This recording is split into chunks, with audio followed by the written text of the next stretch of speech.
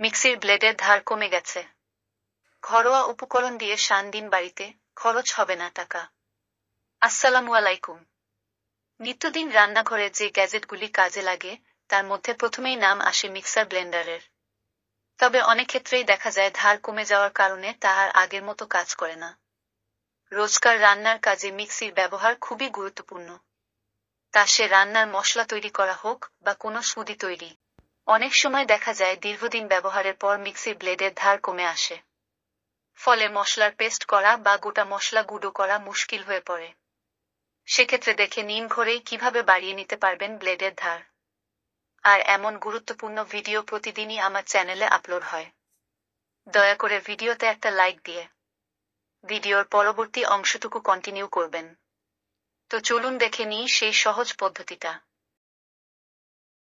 Tips number 1। নুন বা লবণ দিয়ে 1 কাপ নুন নিন এবং একবার মিক্সার জারে দিয়ে 1 মিনিটের জন্য পিষে নিন। কয়েক মিনিট মিক্সি চালিয়ে ব্লেড ঘোরার পর লক্ষ্য করবেন যে ভোঁতা ব্লেডগুলি আগের মতোই সূক্ষ্মতা ফিরে পাচ্ছে এবং তা পুনরায় ব্যবহার করার জন্য প্রস্তুত। Tips number 2। ডিমের খোসা দিয়ে ডিমের খোসা ভালো করে ধুয়ে শুকিয়ে নিন।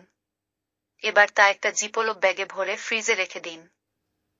যখন মনে হবে মিক্সির ব্লেডের ধার কমে আসছে তখন 1 মুঠো ডিমের খোসা দিন মিক্সারের জারে। এবার কিছুটা পানি দিন। তারপর সুইচ অন করুন। ততক্ষণ চালান যতক্ষণ না ডিমের খোসা সম্পূর্ণ গুঁড়ো হয়ে যাচ্ছে। আশা করি আজকের ভিডিওটা দেখে আপনাদের একটু হলেও উপকারে আসবে। যদি আমার ভিডিও থেকে একটু উপকার পান তাহলে অবশ্যই আমার চ্যানেলটা সাবস্ক্রাইব করতে ভুলবেন না। আবারও দেখা হবে নতুন কোনো ভিডিও নিয়ে।